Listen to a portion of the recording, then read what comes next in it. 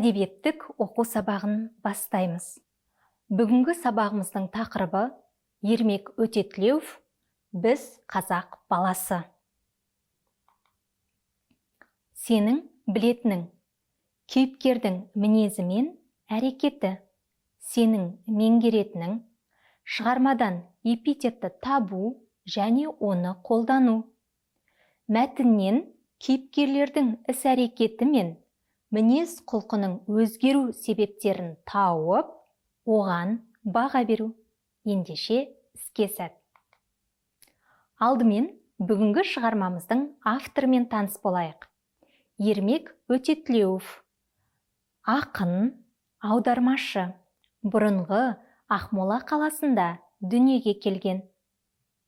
Ақынның балдырғандар үшін, естиярлар үшін, ересектер үшін деп аталатын 3 бөлімнен тұратын жаттамақтар деген көлемді жинағы бар. Алдымен суреттерге назар аудар. Суретте қай халық бейнеленген? Деген халықтың баласымын. Көп нүктенің орнына қажетті сөзді қой.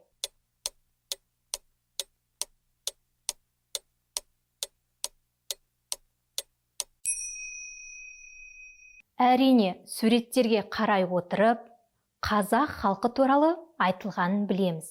Ендеше, қазақ деген халықтың баласымын деп келеді екен. Қазақ деген қандай халық?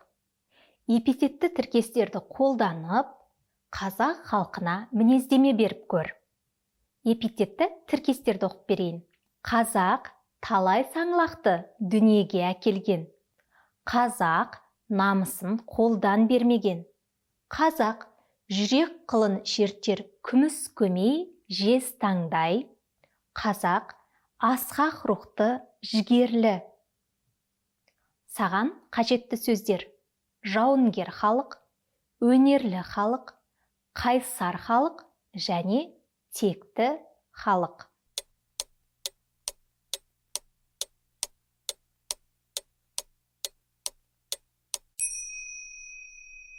Қане, тапсырмаңды бірге тексерейік. Қазақ талай саңлақты дүниеге әкелген, текті халық.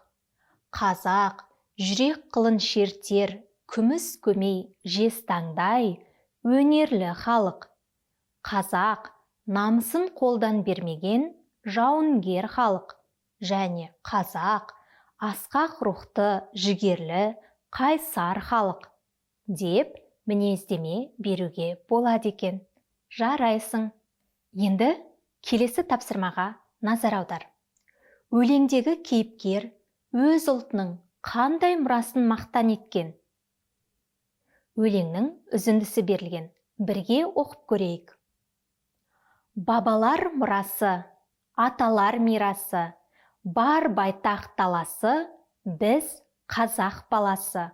Дәстүрді сақтаған, жеті ата бабасын жадында жаттаған, біз қазақ баласы. Қандай қасиетін мақтан етіп тұр?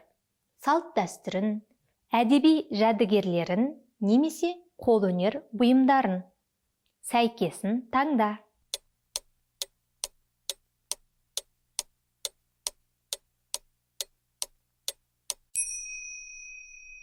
Әрине, берілген үзіндіде салт дәстүр мұрасын мақтан етіп тұр. Бұл тапсырманы орындау саған қиын болмады деген ойдамын. Келесі үзіндіге назар аудар. Өлеңде біздің қандай ұлттық аспаптар кездеседі? Соларды анықтайық. Қобызын күңренткен, қолында күй шерткен, домбыра сырласы, біз қазақ баласы. Төменде ұлттық аспаптар берілген. Қобыз, домбыра, дауылпаз. Қажеттісін таңда.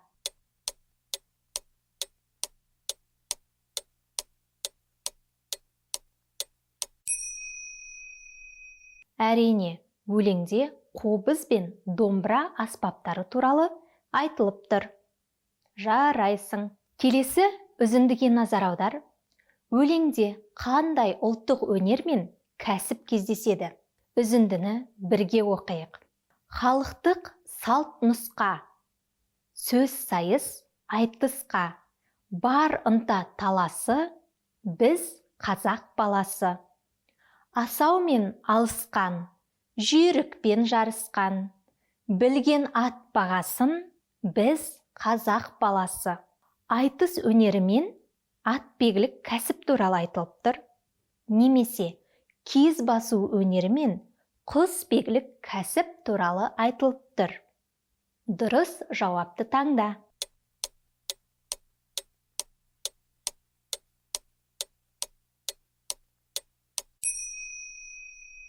Әрине, өлеңде айтыс өнерімен атбегілік кәсіп туралы айтылыптыр. Бұл тапсырманы да сүрінбей орындадың деген ойдамын. Бүгінгі өлең саған ұнады деген ойдамын. Ендеше сабағымызды қорытындылайық. Бүгінгі сабақта шығармадан эпитетті тауып, оны орнымен қолдануды үйрендің. Мәтіннен кейіпкерлердің іс-әрекеті, мінез-құлқының өзгеру себептерін тауып, баға бердің. Осымен әдебиеттік оқу сабағымыз аяқталды.